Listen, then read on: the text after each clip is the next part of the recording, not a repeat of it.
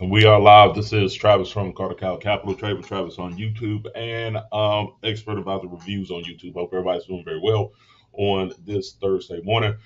As we go through, take a look at trading opportunities and everything else like that. We're going to end up spending about 20 to 25 minutes being able to take to see if there's any other pairs that we can be able to take advantage of and be able to trade all the way through. But with that being said, let's go ahead and go through the disclaimer first, and then after that, we'll go ahead and jump into it. I'm not a CTA, so I'm not going to tell you whether to buy or to sell. What I'm going to do is teach you education. From the education, you can be able to make your own informed decision. And understand that trading involves risk, involves risk of being able to make money, also involves risk of being able to lose money. So please keep that in mind and understand that past performance is not indicative of future results, which means that if you end up making money yesterday, it's not promised that you're going to end up making money today. So with that being said, as y'all come in and be able to look live, I want y'all to do me a favor. Please let me know if my sound is good as we go through and get everything else situated. I'm going to exit off of this and then exit off of that. And go ahead and show up the economic calendar and everything else that we end up taking a look at as we go through and put everything else together. Hopefully everybody's doing very well. Hopefully everybody end up having a very good morning as we go through. Um, yeah, first, I just want to make sure everybody's doing good. Obviously, it's always good to be able to hear each and every person as we go through and get everything else situated. We're very close to 600 subscribers on YouTube without having a video on without having a video in the last couple of weeks. I do apologize for not having a video. Just hasn't been that many great expert advisor reviews to be able to take a look at least for right now in the last few days. So we're coming back to be able to take a look at those, but want to make sure that um, we put out quality ones to be able to take a look at. There's no reason to sit up there and look at some that just won't help you make money. Obviously, get started.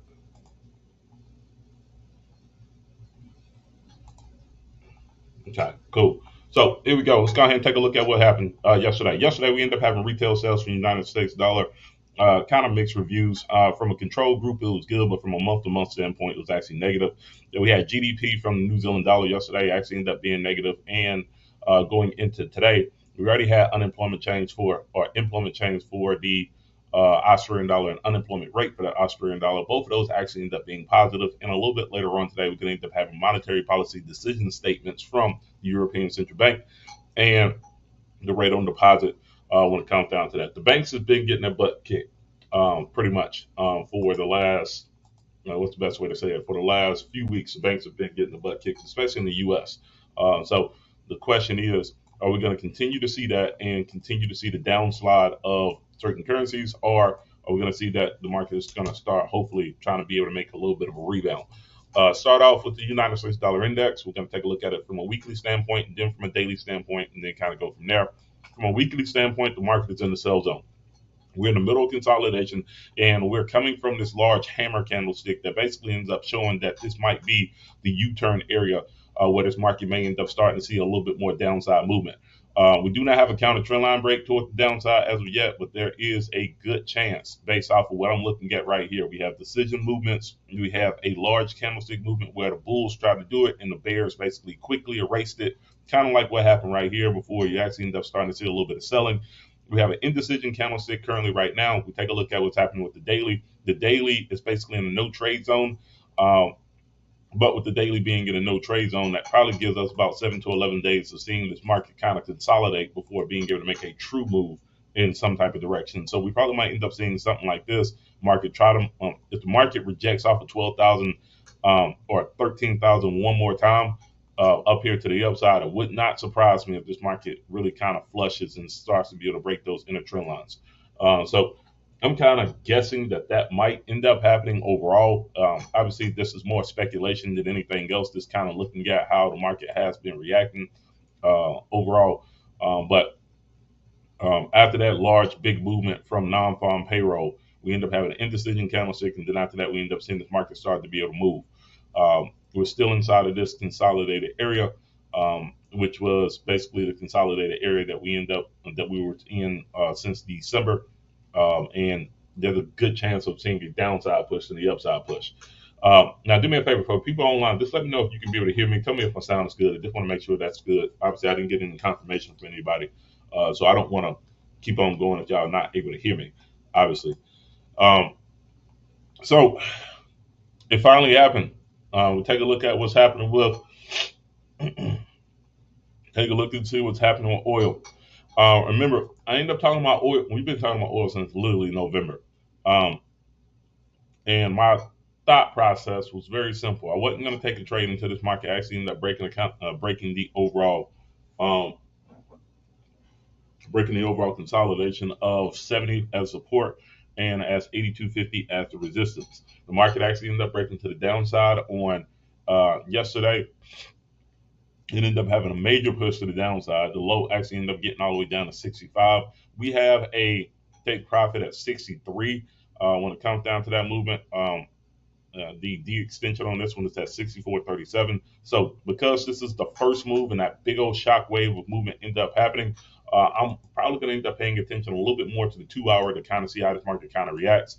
So keep this in mind. We have a breakout. Remember, anytime that you end up having a breakout, you will typically end up having a retest that will end up happening after that. So here goes your breakout. Um, the retest will end up being from here to the backside of this consolidation, either at $70 a barrel or possibly may end up pushing back up to $72 a barrel. But my orders will end up being in that area on both of those. If it does fall and it does make that movement to the downside, then we have a strong chance of being able to see this market continue to be able to move to the downside and continue to hit that D extension. So if you did not get the order in yesterday, don't be too I'm not going to say be hesitant, but don't be too worried about what ended up happening. For the people that end up making that move, congratulations on that. All you have to do is just be a little bit more patient to kind of see how this market's going to end up reacting as we go through to the downside. But I do like what I see when it comes down to this movement. Uh, Obviously, we've been looking at this one for a while. I'm glad I placed in my order, um, and I just forgot about it. But glad I placed in the order. Look for a counter trend line break for this market to be able to move overall. Taking a look at gold. Everybody, give me one quick second. Let's see.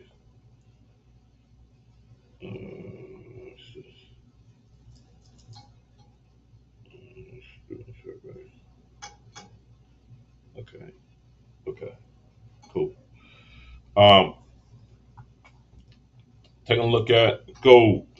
As we take a look at that, we can see that gold ended up having that big pop to the upside. We're looking for a counter trend line breakout for this one. We ended up getting a counter trend line break earlier today. We talked about the movement to the upside. You ended up taking advantage of that trade yesterday. Congratulations to you on that. This one I kind of overlooked again. Um, but we end up getting exactly what we wanted. We got a counter trend line break. We got a little bit of a retest. That retest didn't go as far as I thought when it came down to this one, but we had that little retest right here in this area. So we had a pickup, retracement, and then after that, we had the big push to the upside. Um, Obviously, you take advantage of that overall movement. We're still saying that this market could go up to um, overall from an hourly standpoint. I'm sorry, 2 hour standpoint. We did the space out of 2 hour. From a 2 hour standpoint, I still believe that this market can get up to 1951. Currently, the market is at 1919. The 2 hour is basically back inside of the buy zone. And obviously, if the United States dollar remains to be weak, we're going to continue seeing that movement. So if you did not get in on the first time, what should you be looking for? You should be looking for a counter trend line break, and you should be looking for a little bit more momentum than what we're getting right now at this particular point. Now, obviously, it's 6:30 in the morning. And we have a few hours before the market actually opens, but we do have a counter trend line break right there. We take a look at the 15-minute. Want to see this market kind of retrace and get back into the buy zone. And if that happens and it stays above these overall swing lows that we end up seeing right here and right here, then we have a good chance of being able to see this market continue to push up to the upside. I would be worried if the market breaks this overall high right there. If it breaks that fractal low right there, then the market may not be ready to move today. But overall, that first initial push was good for us. Now it's just being able to wait and see what we're going to end up getting overall when it comes down to that movement. Gold, you end up taking a buy yesterday. Congratulations. Overall, if you're not in it, just be patient. We'll kind of see what happens after that. Okay, so we end up taking a look at the big three. Let's take a look at what's happening with Bitcoin. Bitcoin ended up having a big push up past 26,000 yesterday. And currently right now, We're basically pushing back up towards that 25,000 number currently right now at this particular point. Now, like I end up saying before, I end up saying that once the market ends up closing above 25,000 for the day, then it's going to go up to 29. So it would not surprise me why this market is basically making this push right now, that it's going to continue making the move that is moving, making the move that is happening, and continue to ascending to the upside. Sorry about that. And getting past 25,000 to go up to 29. So if you have not made a move off of this one yet, um, if you have not made a move off of this one yet, then we got a good chance of being able to see this market may end up making that push that everyone kind of so wants when it comes down to this one to the upside, especially if you've been getting in since 16,000. So um, market's in the sell zone right now. That really doesn't matter to me. I think that this breakout that may end up happening, as long as it closes above and keeps on moving, we can look at it from a weekly perspective. We may be okay. But I want to see how this market reacts. I think based off of United States dollar weakness, will continue to push Bitcoin up as people are starting to be able to be a little bit afraid about what's happening with the banks overall.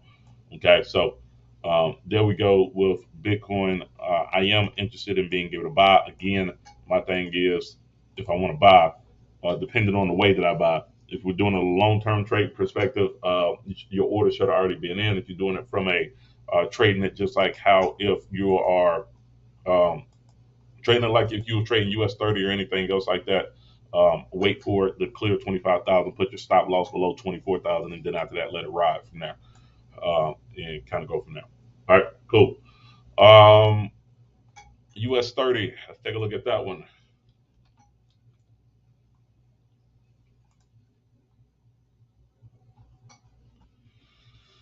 So remember what I talked about with US 30. I ended up saying that we end up having that big push to the downside. We end up getting the order all the way down to where we thought it was going to go at 31,500. That ended up happening a couple days ago. So the big winners on that one was what happened with US 30 when it made that first initial drop. That's what we expected. Now here's the problem. Kind of like what I said yesterday. I was like, okay, if this market does break, we end up having this support that was basically hit at 31,540 or 31,550. Um, and what happened was that the market tried to push down and tried to be able to break this level three separate times, and it was not able to. So now this is considered to be the new support and the new consolidation zone that we have to be able to break. Now, I'm not going to adjust these lows as of yet, but the true low or the true break will end up being below 31,500. If it stays below 31,500, then after that, we got a solid chance of being able to see this market break down to the downside and continue moving on the pace that we end up saying all the way down to 30,700.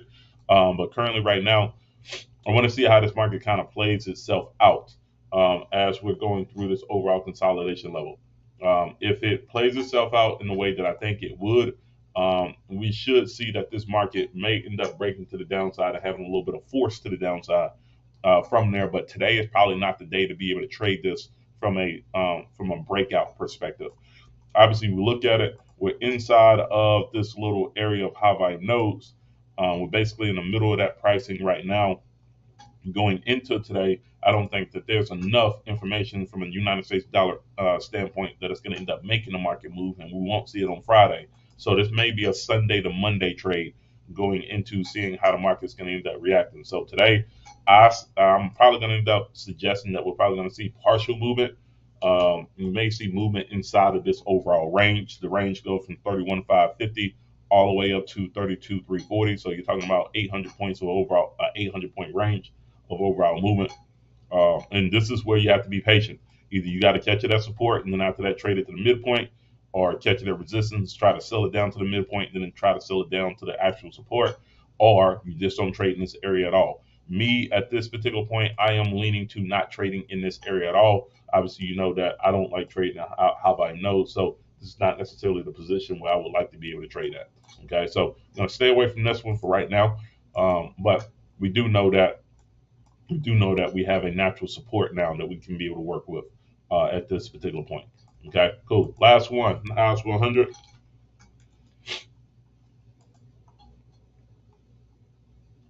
Nas 100 is still trying to get its wits about them. I can see that we're starting to show a consolidation area that we can kind of build out now.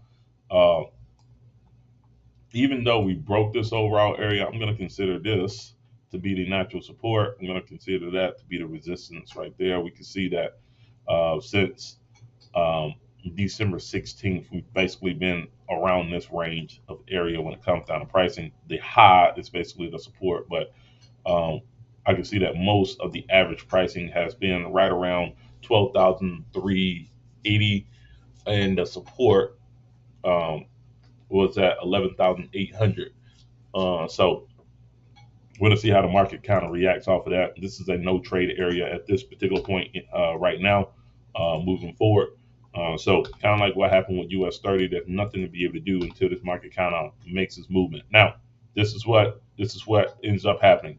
Now we have a block over a block, and I'm going to turn this back to be yellow because typically we end up having it as that goldish color.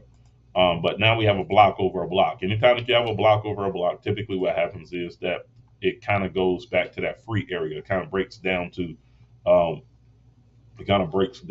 the next open spot. But we have consolidation from get this out the way. We have consolidation from November that ends up happening inside of this same area. So the market ends up breaking below 11,820. And then the support will end up being 11,420. So you're talking about 400 points of movement to the downside from there. This market breaks up to the upside, then it's possibly going to end up pushing back up to 12,820. But I don't see that happening right now. I just don't see that happening right now at this particular point. Harvey Walker, what's going on? Hope everything's going well with you. Um, this is the area where I would probably just say, okay, let's sit back, sit on our hands, and kind of see how the market's going to react first before being able to jump in. I will not look at being able to jump in at this particular point until we kind of get a defined movement outside of this area. So support, resistance.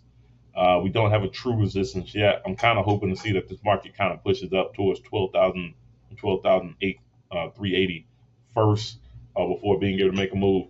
But we'll kind of go from there. Forex kind of mid today. Definitely. I think everything is going to be mid today. I think everything's going to probably be mid until the end of this weekend or to the end of this week. And then after that, probably going back into next week. The big players already happened. We already had non-farm payroll. We already had Jerome Powell and Dust speaking. We already had retail sales. We already had CPI earlier this week.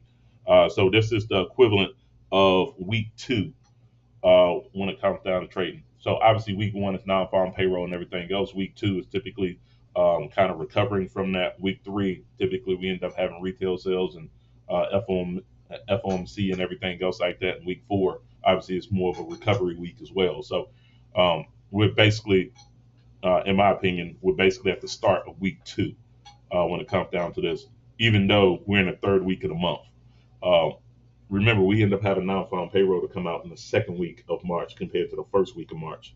So this is a 5-week month. So we'll probably end up seeing it from there. GBP on the rise, though. I don't like typically trading now when it's typically slow, but we'll take a look at it. I still got time. Let's see. I haven't looked at Euro Pound. God knows when.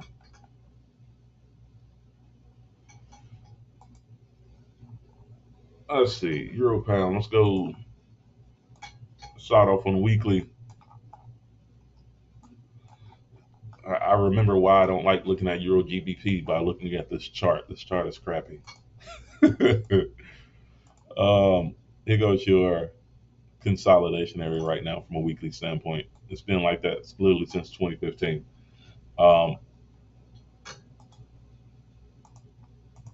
Okay, so that's what we know. We know that we're in the middle of consolidation of basically 93 and 82 overall. From a daily perspective,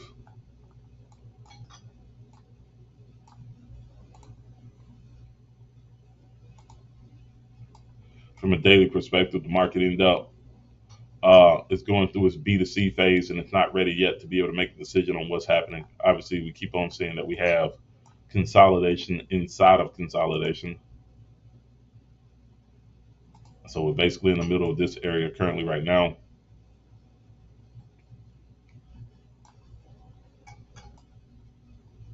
That that move that you end up saying on the rise. Let's say I look much less than a week. I'm looking at more to 5 minutes to 1 hour. To each his own. Everybody has their own mentality when it comes down to trading. When I look at trading from a chart perspective, I look at it from a swing trade perspective. Obviously, you look at it from a scalping perspective. I let my automation system do all my scalping. I don't do any scalping. I do more swing trading. Uh, we go to the 2 hour. Let's see what's happening with this. Okay, so inside of this consolidation, here's the 2 hour movement that ended up happening. The reason why the market may seem like it's on a rise in this case, Harvey, would be because the market already hit the low of 87, 87. I'm going to say 87.15 after support, and it bounced off of that area. So it's basically pushing back inside of this consolidation point. Also, I wouldn't say more of a scalper more than a day trader.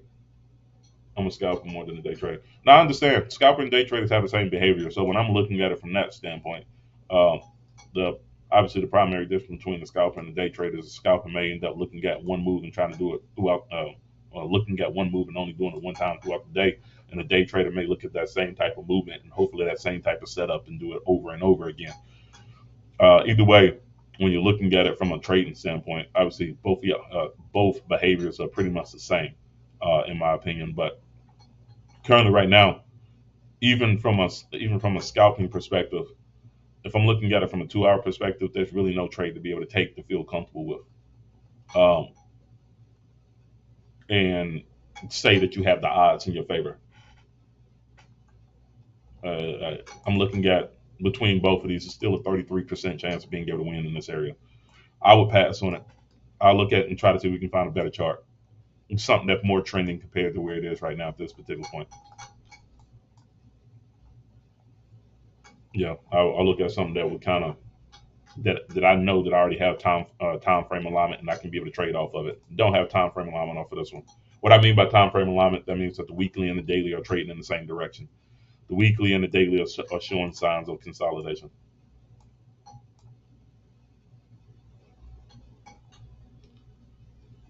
Let's see.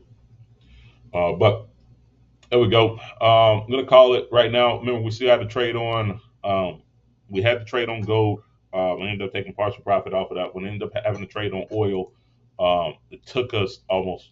We literally haven't made a trade on oil since November, so it's the first trade that we ended up taking off of that one. Congratulations to the people that ended up doing that. Kind of just be a little bit more patient when it comes down to that overall. If you like what I end up doing, please make sure that you end up clicking on that boost button and make sure that you end up sharing the video with other people as we go through. And like always, make sure that you end up planning your trade and trading your plan. I see each and every one of y'all next week as we don't do any videos on Fridays. And be sure to look out for our next video on expert advisor reviews on some of the expert advisors that are hitting the MQL5 market. Like always, make sure that you end up planning your trade your plan. I see each and every one in a little bit. There we go.